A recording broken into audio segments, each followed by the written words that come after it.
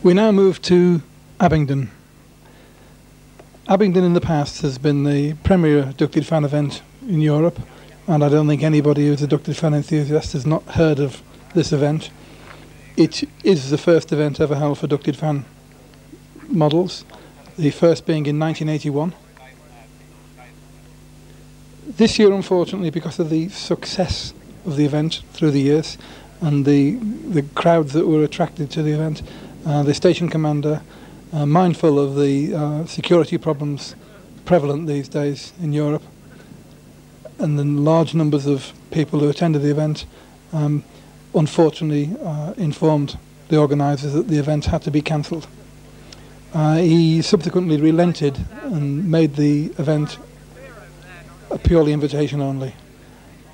Sad for the public, but being privileged to have received my own invitation, I did attend with my son, and I have to say, very selfishly, that the event was a resounding success.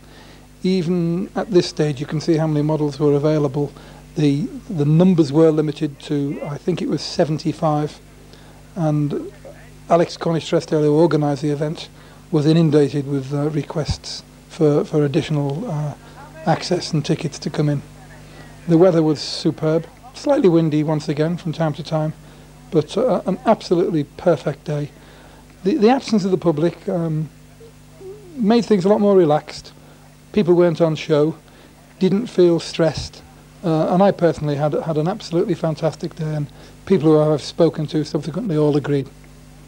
It was unfortunately kept secret, and this kind of event you can't keep secret. People did find out, and several people were quite annoyed that they weren't invited. I fully sympathise with them. Being one of the lucky ones to attend, all I can say, it was a super event, and I've circulated this video around the UK to anybody who wanted it, so they at least had a record of what happened. As you'll see, several of the models have already appeared at the Rawton event. There are some new ones, and it really was a spectacular day. Even having the same models there, different situations, different flying circumstances, slightly different weather, did prove that you can, with similar models, have a totally different flying experience.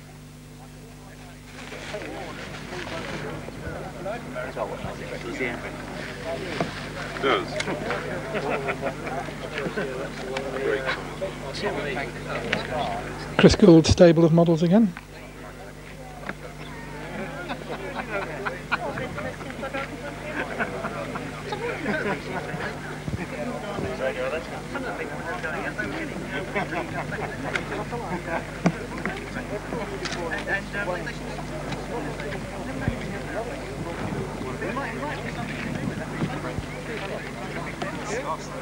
The repaired Viking.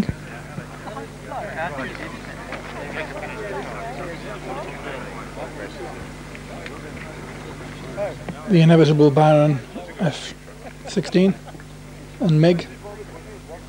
Very, very nice F-20, which came to grief late on in the event.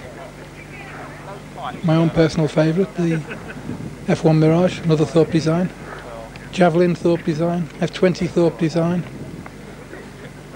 F-18 Thorpe design, Sabre Thorpe design, and this is the Milton Imports version of the Vector Eagle.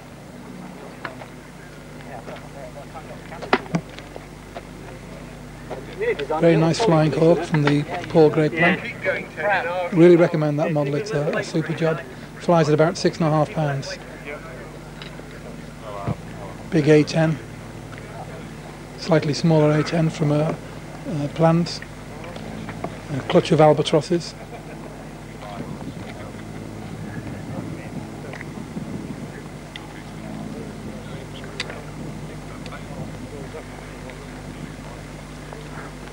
We've opened each meeting's presentation with the lunchtime lineup. As in most ducted fan events, there's a degree of curiosity from the public, and although they weren't available here, it's nice and traditional now to line the models up during the lunch hour so people can have a poke around and ask whatever questions available. Pilots are always on standby to help with answers. nice Vulcan by young Phil Boyden. Also by Phil Boyden is the Starfighter.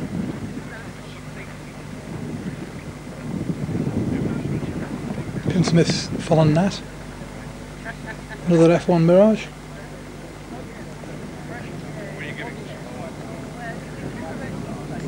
Two carbon fibre Panthers by PT1. That's a nice lineup for a day's flying.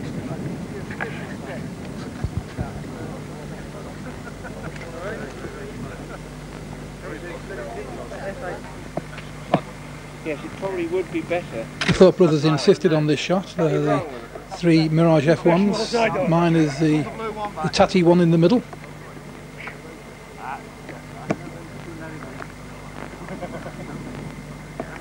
You do weddings, Phil?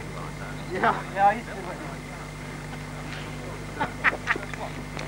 Once again, uncharacteristically good weather. Can I wide angle or not? Yeah, you can zoom. There's a zoom on it. Yeah, that's all right.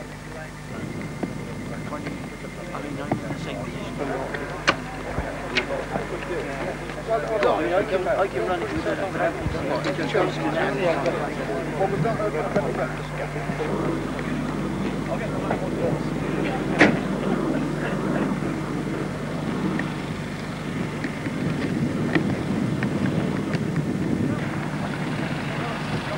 Yeah, because you might be interested in it.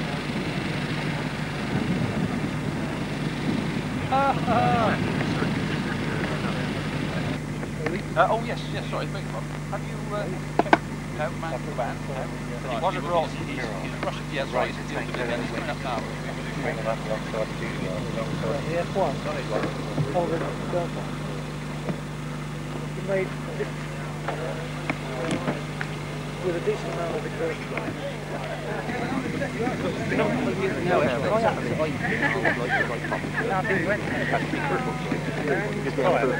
What do you like?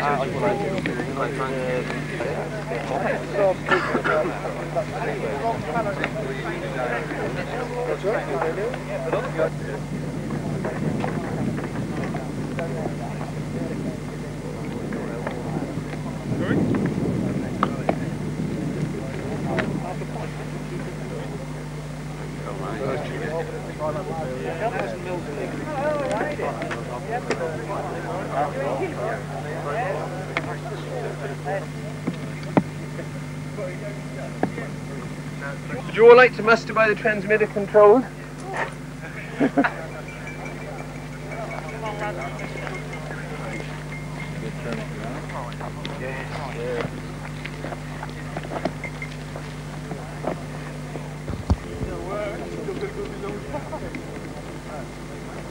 Star Cobra 2 by Jim Harrison. There's some flight sequences of this a little bit later which are truly tremendous. Model can fly at 45-degree angle of attack. Opening shots now.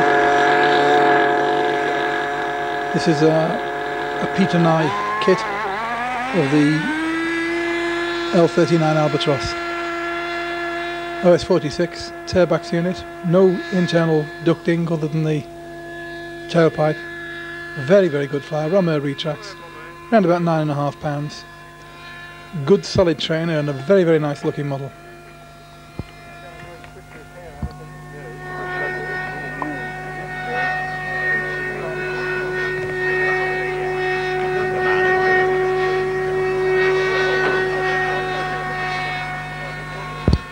We've done some editing in the Abingdon event to try and clutch the models together. So there's sequences from PT1's models, there'll be the Thorpe Brothers models, all the different models, all in the same sequence. So we've done some editing to try and get them together to see how it comes out. It's another view of the Albatross taking off again. Very sprightly performer, it does air back quite well. That's the strip to the waist figure of where's he gone? It's Bob Ryan's the pilot. He flies for PT1.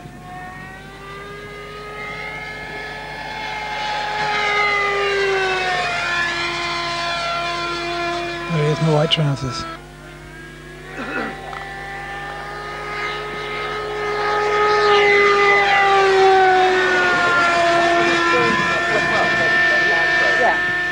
As you can see, you couldn't have a better setting for a fan event than this.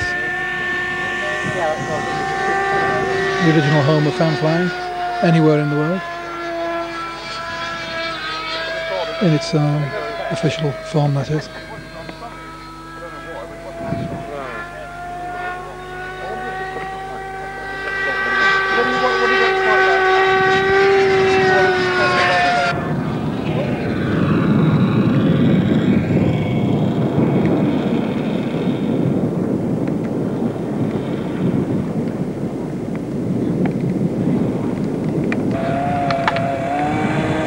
This is the innards of the Javelin, the Thorpe Javelin. This is an open-structured wing, actually, and it's covered with solar film, I think.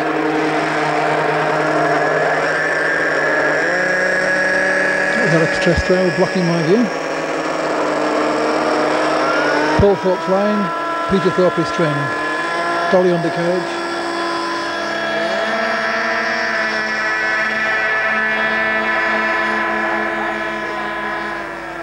I don't know how they get away with it, but they do.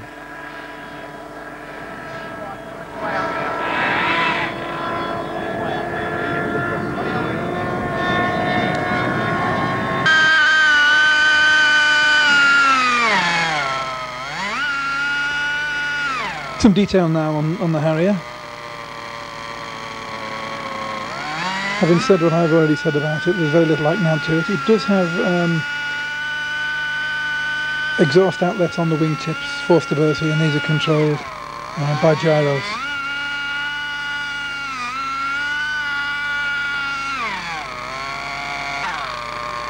The model only has vertical performance. There's no transition facility on it whatsoever, and I don't think it's aerodynamically or structurally set up for straight and level flight.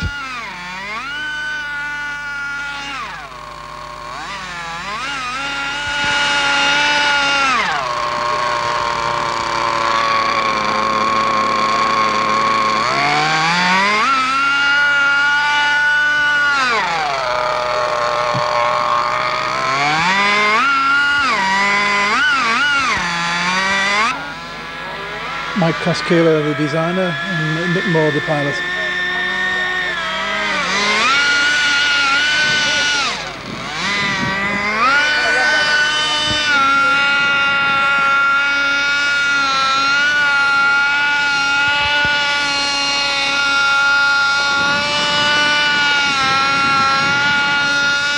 You can see the need for good throttle control, can't you?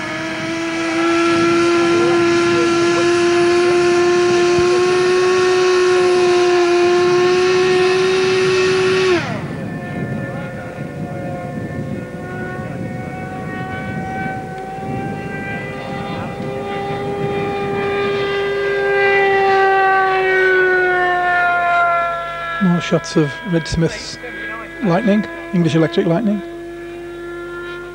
A truly magnificent model this.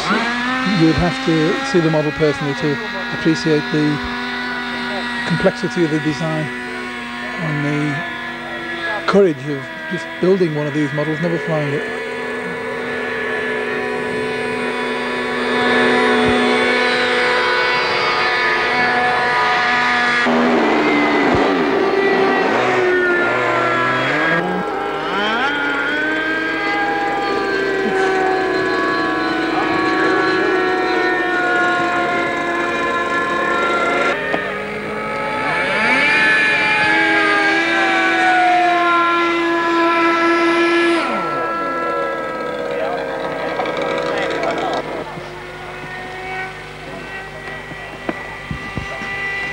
The radar cone in the front is removable for engine starting.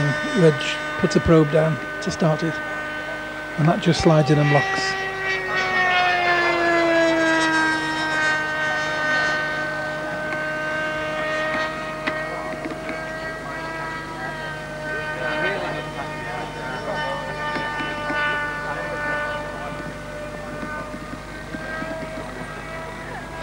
What to say, 10.5 pounds, Pico 80, Dynamax fan unit and Romeo retract. Single engine, bifurcated outlet ducting.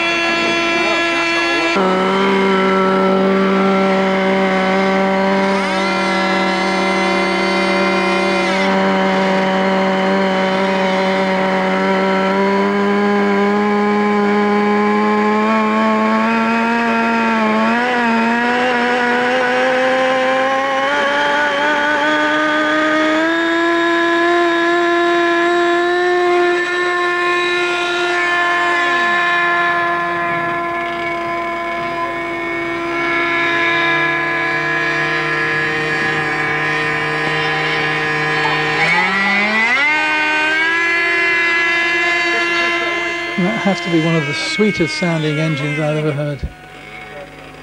All you experienced ducted fan flyers can recognise the different noises of different fan units and different engines, but I think you'll agree that that really is a very, very well set up power unit.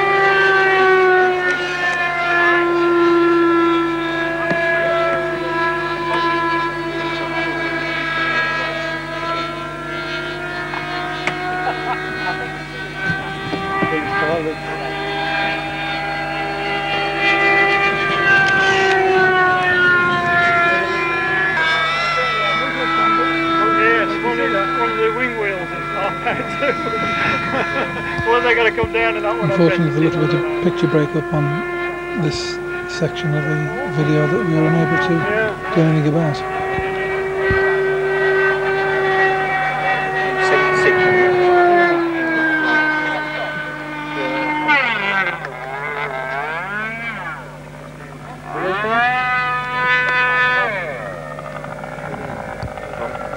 That's the silencer there, I think. Well done.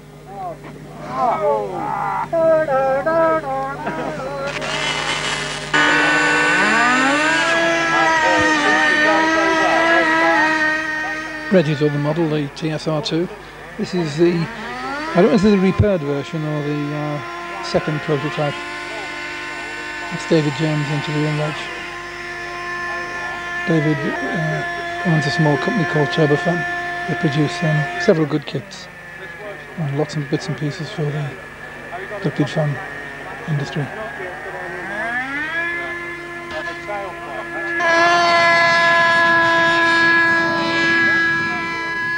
Some interesting sequences now of the Jim Harrison Star Cobra 2. This is a scaled up version of the original model that appeared in the American magazine RC Modeler.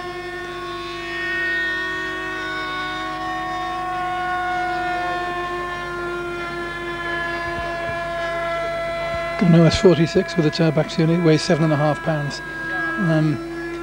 Difficult really to capture on video the flight performance of this model. There's several situations where we've panned out, which makes the model quite small in the viewfinder, but we've done it deliberately to try and give some idea of the angle of attack that this model can fly at. It really is a fine flyer.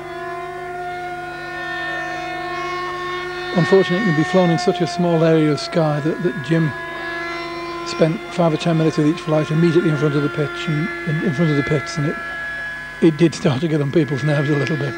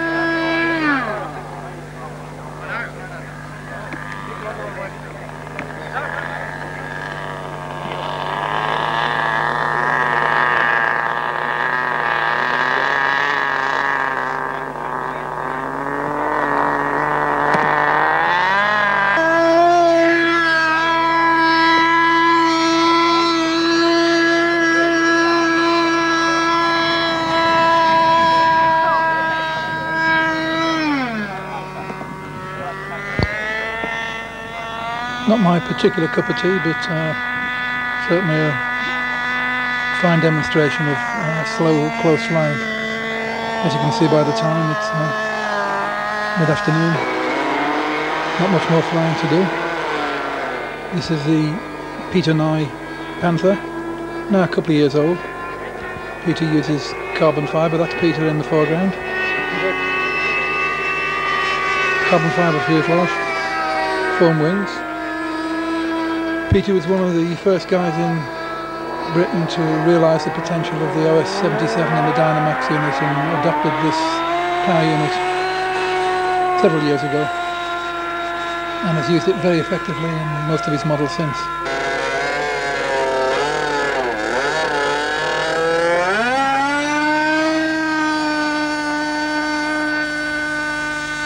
CF9 F2 uses max pipes, weighs 10 3/4 pounds, and has a Romer undercarriage system.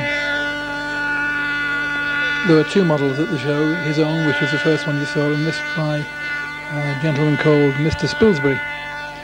This model isn't really on tune, as you can hear, and really didn't demonstrate the design's potential. However, it flew quite well.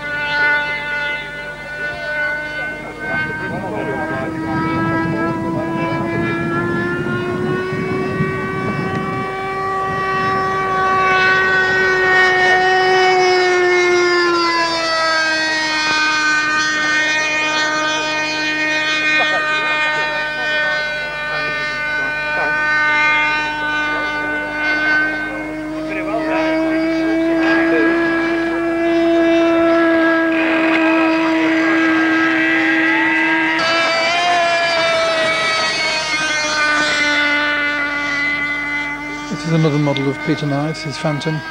This was originally powered by a KMB and a KMB 7.5 and a Turbax unit. The model is very heavy and very sluggish. This is going back in the early days, 1982-83. It's now got the Dynamax in, which is transformed it. Unfortunately, in this particular instance, the model had a mishap, and I think it was uncharacteristically due to pilot error and not too reliable engine setup. Once again, we had hot weather, and pipes, I think, were a little peaky. You'll see that Bob Ryan, the pilot, tries a very, very slow flyby from which the model really doesn't recover, albeit it wasn't really badly damaged.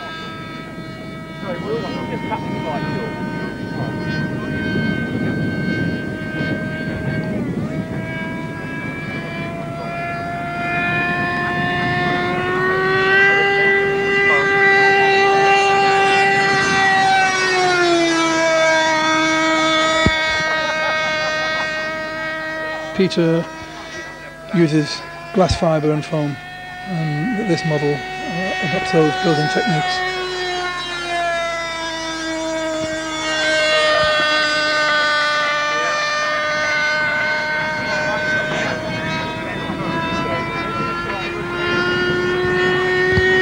Weighs 10 pounds.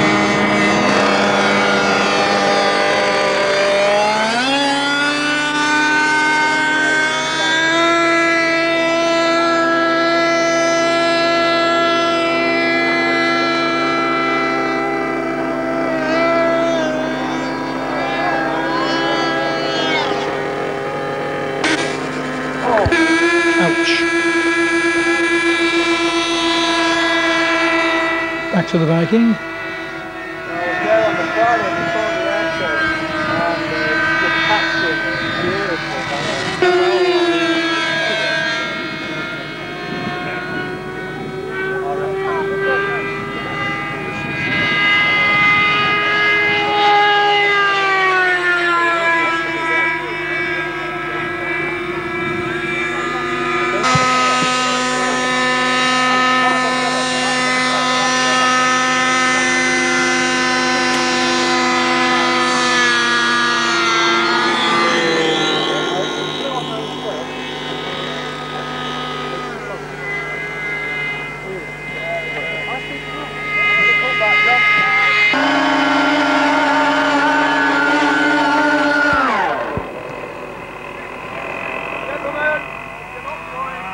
Aborted takeoff from Chris.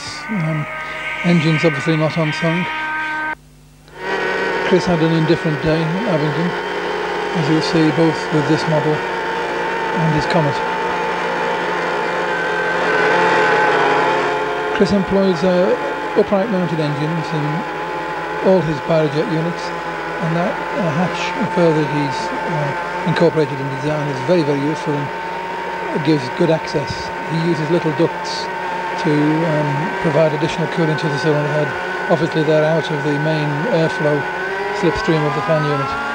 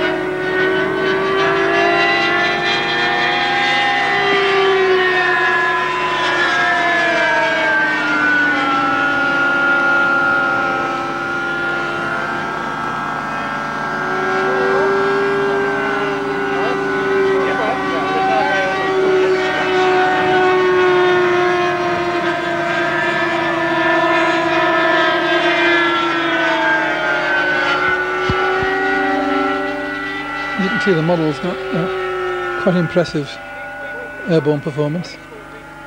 As I said before, Chris doesn't use the full-scale wing sweep, but takes them back far enough to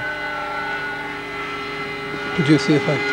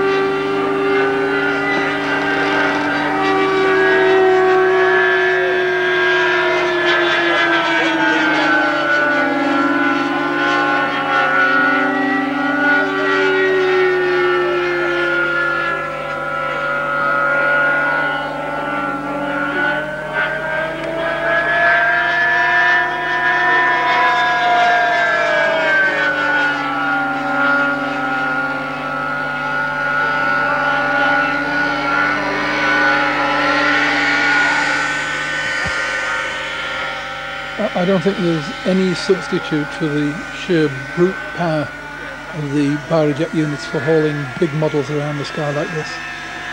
The Dynamaxes and the Biojet units are all well in the smaller models, but when it comes to models of this size, I don't think anybody yet can beat the Biojet unit.